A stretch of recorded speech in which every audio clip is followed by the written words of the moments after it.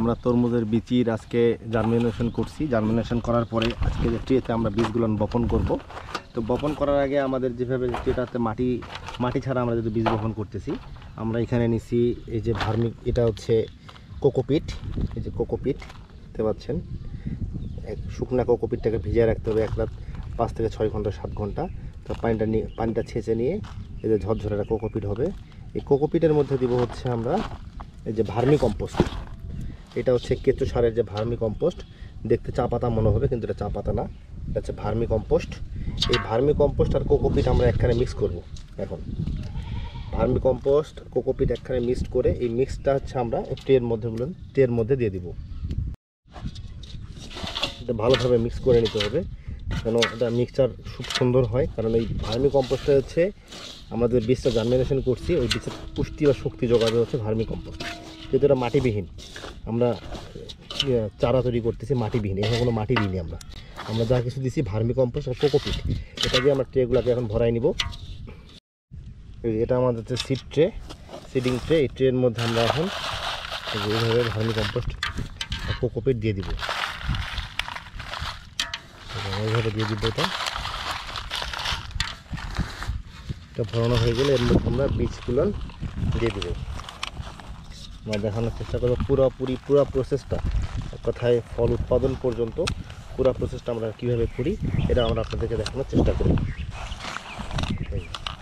আমাদের মোটামুটি vermi compost একটা ট্রে রেডি।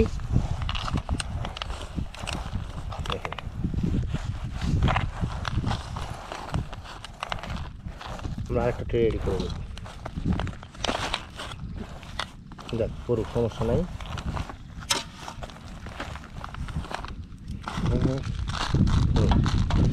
এটা আমরা একটা ট্রে রেডি করে নিব।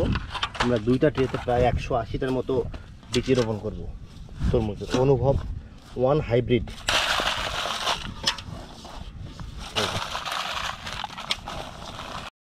আমরা যে বীজটাকে প্রথমে 1 রাতে বীজ শোধন করে 12 ঘন্টা ভিজা রাখার পরে আমরা জার্মিনেশন করছি।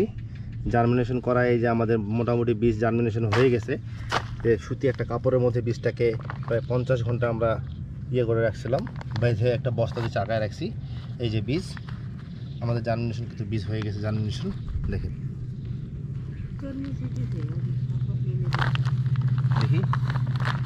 এই যে আমাদের এগুলো হচ্ছে জার্মিনেশন কিন্তু বীজ। এগুলো বীজ হচ্ছে আমাদের জার্মিনেশন হয়ে গেছে। বীজের ট্যাগ আপনারা দেখতে পাচ্ছেন, এগুলো সব তরমুজের বীজ। অনুভব 1 হাইব্রিড। আমরা এগুলো পুকুরে পাড়তে লাগাই দিব 7 থেকে 8 দিন পরে। এই গাছগুলো একটু 8 দিন বয়স, 2 পাতা বা 3 পাতা হওয়ার পরে আমরা গাছগুলো বপন করব।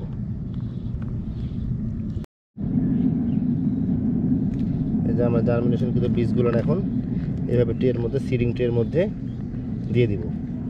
তারপর এর মধ্যে হালকা করে আবার কোকোপিট আমরা দিয়ে দিব। এতে করে গাছগুলো খুব সুন্দরভাবে হবে আশা করা যায়, যেহেতু আকাশ খারাপ, আবহাওয়া খারাপ, এখন প্রতিকূল একটা অবস্থা চলতেছে।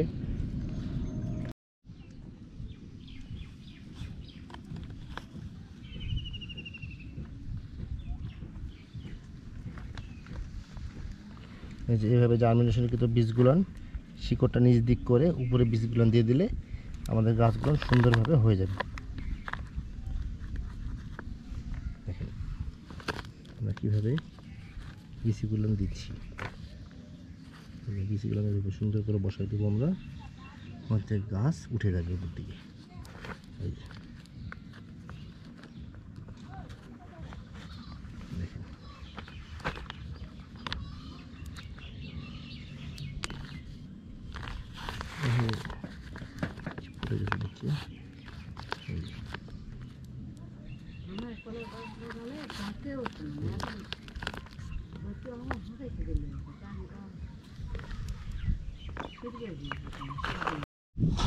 বীজ বপনের পরে আমরা এই যে এইভাবে বীজের উপর দিয়ে সুন্দর করে আলতো করে কোকোপিটটা দিয়ে দেবো। আবার কোকোপিট আর ভার্মি কম্পোস্ট মিশ্রণ, যে পুষ্টি উপাদান সমৃদ্ধ খাবার, এটাতেই সুন্দর করে আমাদের এখানে গাছ উঠে যাবে, আমরা আশাবাদী।